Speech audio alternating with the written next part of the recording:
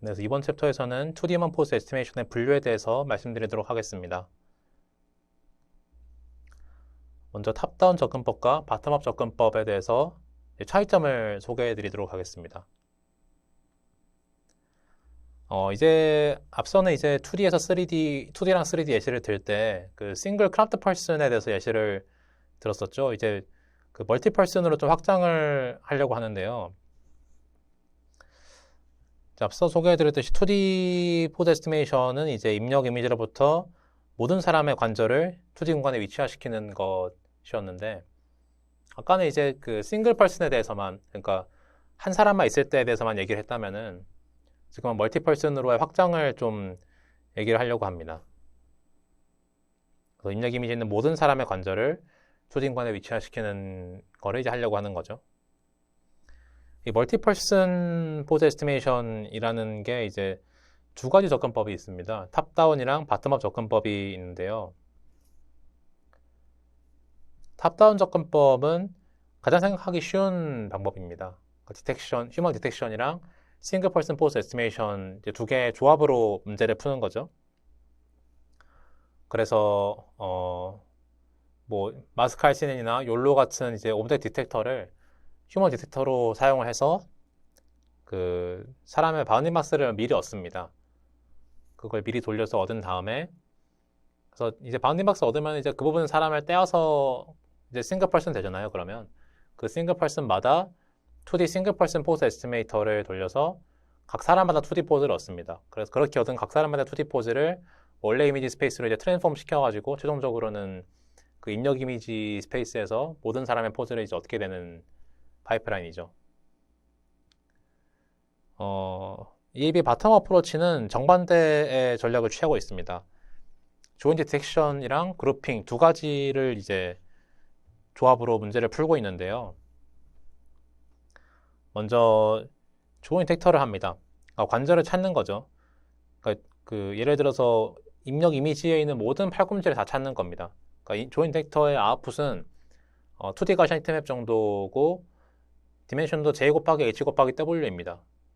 그러니까 팔꿈치 번째 히트맵에는 이게 어떤 사람에 속하든 상관없이 그냥 팔꿈치는 다 찾는 겁니다. 그래서 여기는 이제 팔꿈치 사람이 5명이니까 팔꿈치 번째 2D 히트맵에는 5개의 가우시안 블럽이 있겠죠.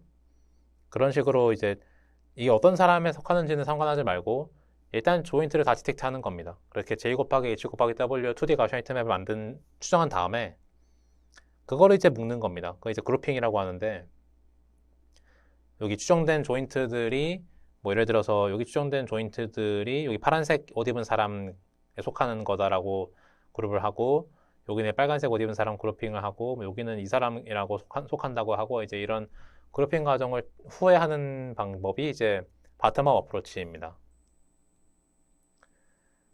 소개를 해드리면은, 좀 더 요약을 해드리면은, 탑다운 어프로치는 이제 휴먼 디텍션이랑 싱글 퍼슨 포즈 에스티메이션 두 개의 조합으로 돼 있죠. 그래서 가장 생각하기 쉬운 그 접근법이지만 바텀 어프로치 때보다 꽤 큰 차이의 정확성을 이제 보장합니다. 그 MS 코코 데이터셋이 가장 많이 쓰인 데이터셋인데, 그 밸리데이션 셋에서 에버리지 프리시전이 탑다운 어프로치는 78 정도 나오거든요. 지금 제일 높은 게 바텀 어프로치는 아마 71 정도 나올 겁니다. 그래서 탑다운 어프로치들이 훨씬 더 뛰어난 성능을 내고 있고요. MS 코코 데이터셋에서. 이게 왜냐면 이제 여러 가지 이유가 있는데, 일단 그 탑다운 어프로치의 단점 중에 하나로 지적될 수 있는 상황이 휴먼 디텍션을 실패하면은 싱글 퍼슨 포즈 에스티메이션 당연히 실패한다는 겁니다. 그러니까 디텍트가 되지 않은 사람에 대해서는 포즈를 추정을 안 하니까 디텍트가 실패하면 이제 포즈를 또 실패하는 거죠. 근데 최근에 발표되고 있는 오브젝트 디텍터들이 매우 정확합니다. 그 욜로 V5나 뭐 이런 모델들은 가볍기도 한데 매우 정확해가지고 그 휴먼 디텍션이 실패하는 경우가 거의 없거든요, 요즘에는. 그래서 이런 매우 정확한 휴먼 디텍션 네트워크에 기반에 힘입어서 탑다운 어프로치들이 높은 성능을 내는 것도 있지만 그 가장 중요한 건 제 생각에는 이제 세 번째입니다. 이거가 제일 중요해 보이는데 그 휴먼 포즈 에스티메이션에 쓰이는 사람 입력 이미지가 고해상도입니다. 이게 무슨 말이냐면은 그 탑다운 어프로치 같은 경우는 입력 이미지에 여러 사람이 있고 여러 크기를 가진 사람이 있다고 가정을 해보면은 카메라에 가까운 사람은 크고 카메라에서 먼 사람은 작겠죠. 사람 크기가 이미지에서. 근데 이제 크기가 작은 사람도 탑다운 어프로치의 싱글 퍼슨 포스 에스티메이터의 네트워크의 입력으로 쓰이기 위해서는 이 작은 사람을 크롭한 다음에 같은 사이즈로 리사이즈를 합니다. 256, 256이 보통 쓰이는 사이즈인데 256, 256으로 리사이즈를 하고 뭐 큰 사람도 256, 256 리사이즈를 하고 그래서 이 뉴럴 네트워크, 포스 에스티메이션 네트워크에 들어가는 사람의 스케일이 어느 정도 크다는 보장도 되고 그리고 스케일이 똑같습니다. 다.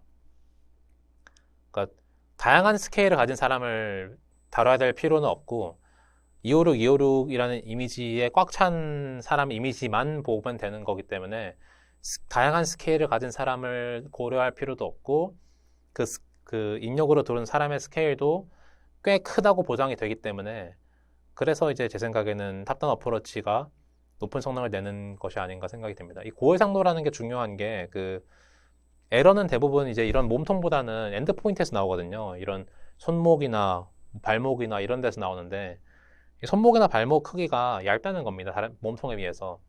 그래서 만약에 크기가 작으면은 해상도가 낮으면은 이 손목이나 발목이 잘 안 보입니다. 이게 얇기 때문에 다른 몸통에 비해서. 그래서 손목이나 발목의 에러가 커질 수 있는데 고해상도로 만들면은 어느 정도 보장된 스케일을 만들면은 이 손목이나 발목이 잘 보이기 때문에 그래서 그 뉴럴 네트워크 입장에서는 이제 손목이나 발목 포즈를 추하기가 훨씬 용이한 거죠. 대신 단점은 정확도는 높지만 단점은 비효율적일 수 있다는 겁니다.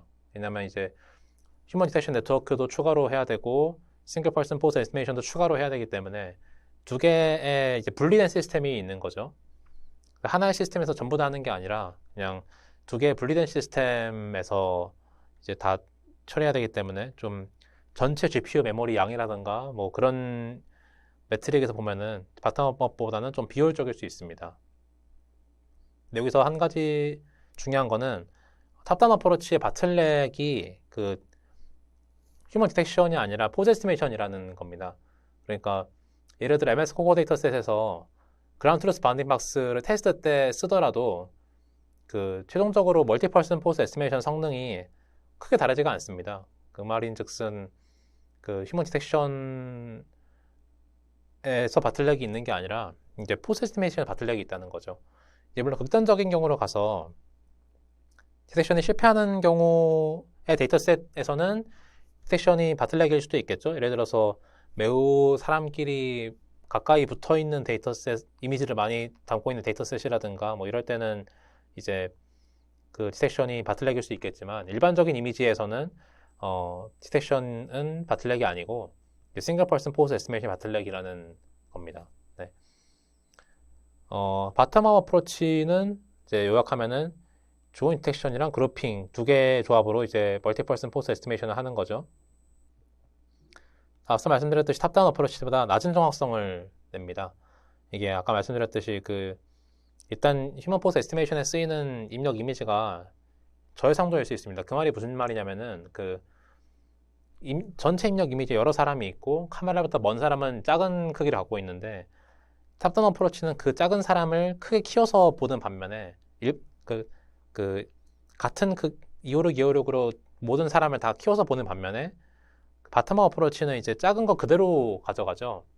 그렇기 때문에 그 작은 사람에서 손목이랑 발목을 로컬라이즈 하기가 매우 어렵습니다. 그렇기 때문에 저해상도 사람 이미지에서 포즈 에스티메이션 해야 되는 부담이 있기 때문에 제 생각엔 좀 정확도가 낮은 게 아닌가라는 생각이 들고 또 다른 점은 이제 바텀 어프로치는 여러 스케일을 가진 사람을 이제 그 고려해야 됩니다. 그러니까 탑다운 어프로치는 모든 사람을 다 256, 256으로 만든다면 보기 때문에 항상 256, 256 근처에 있는 사람만 봐서 문제가 없는데 바텀 어프로치는 카메라에 가까운 사람은 매우 크고 카메라에 멀리 있는 사람은 매우 작기 때문에 그런 모든 여러 스케일을 가진 사람을 이제 다뤄야 되는 문제가 있죠. 그래서 그것도 네트워크의 부담으로 다가올 수 있습니다.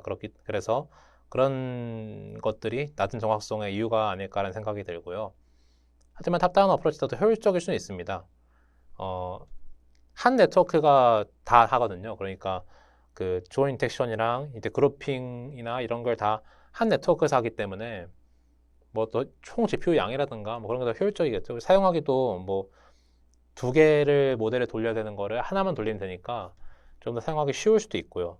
대신 정확도는 꽤 의미 있게 탑다운이 더 높다는 겁니다. 네, 그래서 다음에는 탑다운 접근법에 대해서 이제 알아보도록 하겠습니다.